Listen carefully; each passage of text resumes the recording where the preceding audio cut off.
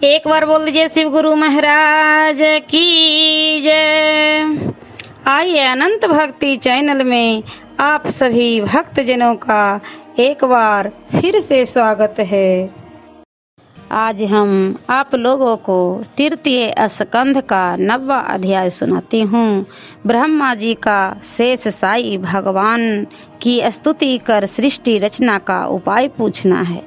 ब्रह्मा जी बोले, हे भगवान, आपकी महिमा विचित्र है। आज कितने ही काल की उपासना के पश्चात मुझे आपका दर्शन प्राप्त हो सका है। आपसे बढ़कर दूसरा कोई नहीं है, यदि होगा तो वह मिथ्या ही है। हे प्रभु, आपने भक्तों पर दया करके आप ही अवतार लिया करते हैं। आप ही की नाभि से यह कमल उत्पन्न हुआ है, जिसे देखकर मैं बड़ा ही आनंदित हुआ हूँ। अतः मैं आपके उस रूप के आश्रित हूँ।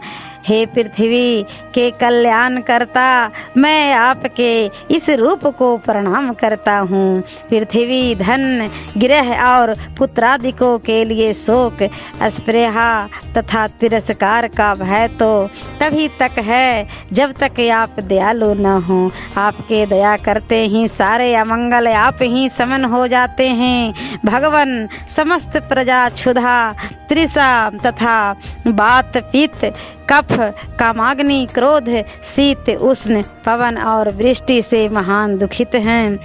इसका सारा दुख मुझसे देखा नहीं जाता है। हे मायापति, आप इनका कष्ट दूर कीजिए। इन प्रजाओं को आप ज्ञान नहीं है, आपका ज्ञान नहीं है। यदि ज्ञान होता तो ये दिन रात अपने स्वार्थ में ही लगे न रहकर आपका भी स्मरण करते रहते, जिससे इन्हें कष्ट न होता। क्योंकि हे परमात्मा, जो आपकी भक्ति में श्रद्धा रखता है, आप मित्र रूप से उनका कल्याण करते हैं। आप दया के धाम और सहज स्वभाव वाले हैं। तभी मनुष्यों के यज्ञ, दान, तप और व्रत को देखकर शीघ्र ही प्रसन्न हो जाते हैं। आप ही बोध और विद्या शक्ति युक्त है। आप ही संसार को उत्पन्न करते, पालते और संहार करते हैं। मैं आप परम क्रीड़ा मैं ईश्वर को नमस्कार करता हूँ। अंतिम क्षण भी जो आपका नाम लेता है, वह आवरण रहित हो ब्रह्म को प्राप्त हो जाता है। मैं आप उन अज ईश्वर की शरण में हूँ। आप ही की दया है कि मैं आपकी नाभि कमल से उत्पन्न हुआ हूँ और आपके उदर में सारा संसार स्थित है। आप सृष्टि के आदि कर्म से त्रिलोक के उद्धारक हैं। आपके समान उपकारी कोई नहीं है। आपको मेरा प्रणाम है। आप संसार के एकमात्र मित्र तथा सर्वांतर्यामी हैं। आप भगवान मुझ में ऐसी बुद्धि स्थापित कर देवें कि मैं सृष्टि रचना करने में समर्थ हो सकूं। हे ईश्वर, मैं पहले ही के समान फिर संसार का विस्तार किया चाहता हूं। अतएव आप मुझे कृपा कीजिए। आपके लिए मेरा पुनः पुनः प्रणाम है। मैत्रेय जी कहते हैं, जब ब्रह्मा जी भगवान की इस प्रकार अनेक रचनाओं युक्त स्तुति करते करते थक गए, तब उनके आश्रय में जाकर शेष साई भगवान इस प्रकार बोले, हे ब्रह्मा जी, अब तुम्हें कुछ अधिक चेष्टा नहीं करनी है। तुम जिसके लिए मुझसे प्रार्थना करते हो, उस उद्योग को मैंने पहले ही सिद्ध कर दिया है। अब तुम फिर तप करो, तब कितने ही दिन बाद मेरी दया से तुम्हें वह सब ज्ञान प्राप्त होगा। मैं तुमसे बहुत प्रसन्न हूँ।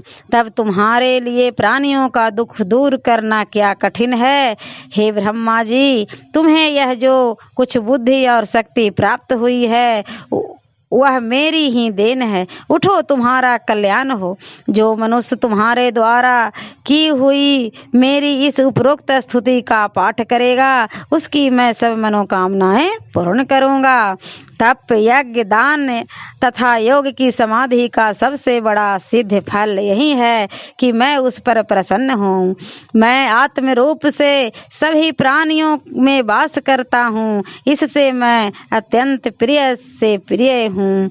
मनुष्य शरीर धारण करने का उत्तम फल यही है कि वह सर्वप्रथम मुझसे प्रेम करे। अब तुम वेद मैं तुमसे उत्पन्न होकर स्वयं ही इस संसार की रचना करो और देखो, उन जीवों को तो पहले उत्पन्न करना जो मुझसे लीन हो जाने वाले हों, अर्थात जिनके संसार का कल्याण होए।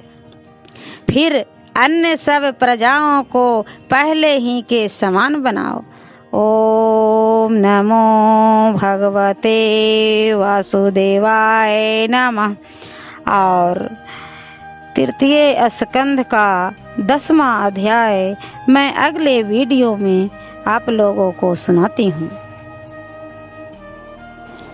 ऐसे ही मनोरंजक कथाएं, कहानियाँ और भक्ति गीत सुनने के लिए हमारे इस चैनल अनंत भक्ति को सब्सक्राइब करें और वीडियो अच्छी लगी हो तो लाइक का बटन ज़रूर दबाएं। धन्यवाद।